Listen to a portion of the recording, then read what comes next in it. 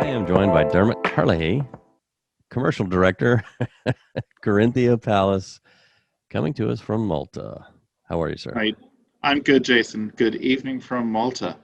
We've opened back up fully really now, sort of 1st of June. Today was airport restrictions changed a little bit, so we're starting to get back to somewhat normality, we feel. We were out for dinner on Saturday night, for dinner in a restaurant, so um, definitely sort of there's a few flights have been booked in the last week, so somewhat sort of sense of normalcy returning slowly. We're just hoping they get this old European-wide vaccine passport sort of confirmed in the next few weeks. I think that'll make life an awful lot easier, certainly at the moment, in and out. Because I mean, some countries still want the PCR test, others are okay with the antigen test.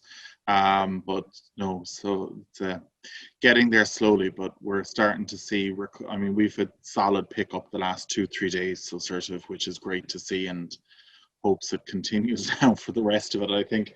Yeah. Pretty much, we were going very well until the UK didn't put Malta on the green corridor, and we did sort of see quite a bit of a fall off over that 48, 72 hours after. But we're starting to see the pickup now. We're pretty sure they're due to make an announcement, I think, at the end of this week or next Monday, and potentially going to be on that. But I think it'll be more for travel towards the end of June officially. But people are still traveling. We're starting to see a bit of French market trickle in as well.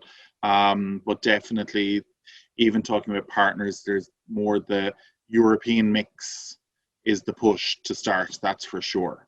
But it all hinges on everything at the moment. So right. Well, how have you been? I've been good. It's been I think in one sense sort of pandemic lockdown. Malta was a little bit of a flashback to my Maldives time in one sense, not in the same luxury destination, but it's the living. I moved into the hotel March of last year, and I moved out again in December. So for me, it was a easy ride for the 9 months, but it was good. I was lucky. I got home in the middle of July last year for a break. And I got back about 2 days after they really started implementing the European travel restrictions again. So I'm one of the few that saw the inside of an aircraft last year. Yeah. Where are you from? Ireland. Yeah. Whereabouts? Southeast, Waterford City. Well, and so Malta's coming back. Tell us about your hotel. So Corinthia Palace is the flagship property for Corinthia Hotels worldwide. This is where Corinthia Hotel started.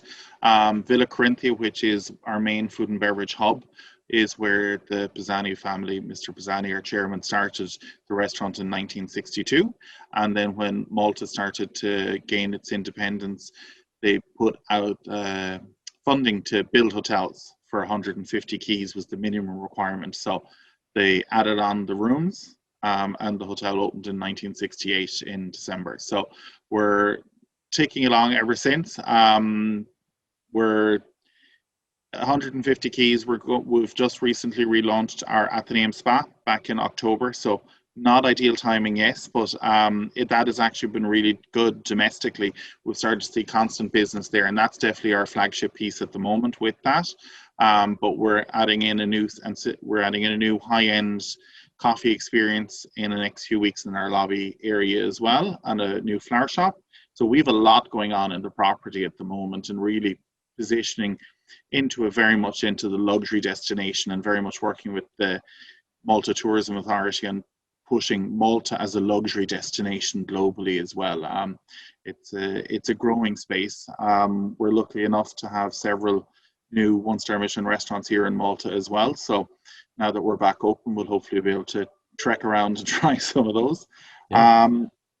We're located in the center of the island, right directly opposite the President's Palace and the San Anton Gardens there. So we're in a good location to access everything. Malta, it's a 10-minute drive to everything here, subject to traffic. But we're located quite a few near the Maltese vineyards. That was something I only learned about when I moved here 18 months ago. So it's been a very interesting period of time to reposition, regrow, relook at how we do things as well. Definitely. Yeah, is that some of what you've been doing yourself in your role? Tell me about those changes. Yeah, we really have. We really went back to basics on quite a few bits and pieces. We looked at how we communicate, how we actually sort of find business as well. Sort of really leveraging more technology on that basis aside there, sort of really getting our corporate and MICE team looking at LinkedIn and using that far more actively. And we've seen quite a bit of business pick up from that, particularly in the local event side of things, and develop more local corporate accounts. That's for sure. Leisure has been a shift. We've been traditionally more of a corporate MICE sort of property, but now with the spa back in full action, we're moving back into that higher end leisure. So we're really trying to hold that rate and not fall foul to just dropping rate like everybody else. Not everybody else, I say that. There's a bit of a market mix, sort of. We have only a population of 550,000, so staycations can only go so far. Right. But we were lucky, I think, last summer with that sort of where we had the French market was quite strong. The Italian market came in quite strong as well at the end. And that held us through sort of July, August, September. But with the staycations, I see the market moving a little bit like the UAE market moves, where there's very much that UAE resident card offers clicking in. So that'll definitely probably continue for the summer season for the local market. It is the main piece of business for food and beverage and spa as well, regardless of COVID and everything else going on. But it's certainly the rate restructuring, how we look at room types, changing room types, and looking at amenities and how we do it. What does a guest actually want in a physical room at this point as well? In terms of minibar, would they prefer it empty or do they want to tailor make it? And really actually stripping back that sort to see where can the ancillary revenues been made. And very much I've probably spent most of my time actually looking at ancillary revenues. Who's spending, what markets are actually really spending, and really driving down on the geo side of things. Fine, might be high occupancy and a mediocre rate from certain source markets, but are they actually spending, or are they just leaving the hotel and then going spending out in market? So what's the most profitable for us at the end of the day as well?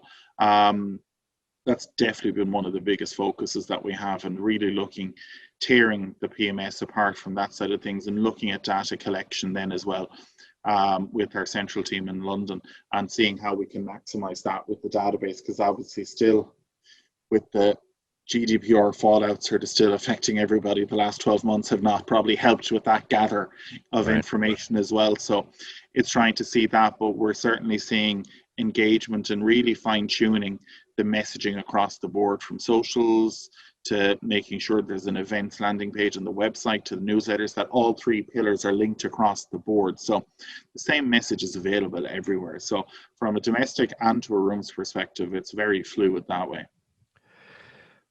What does the next few months look like for you guys as things, let's assume things just keep opening up?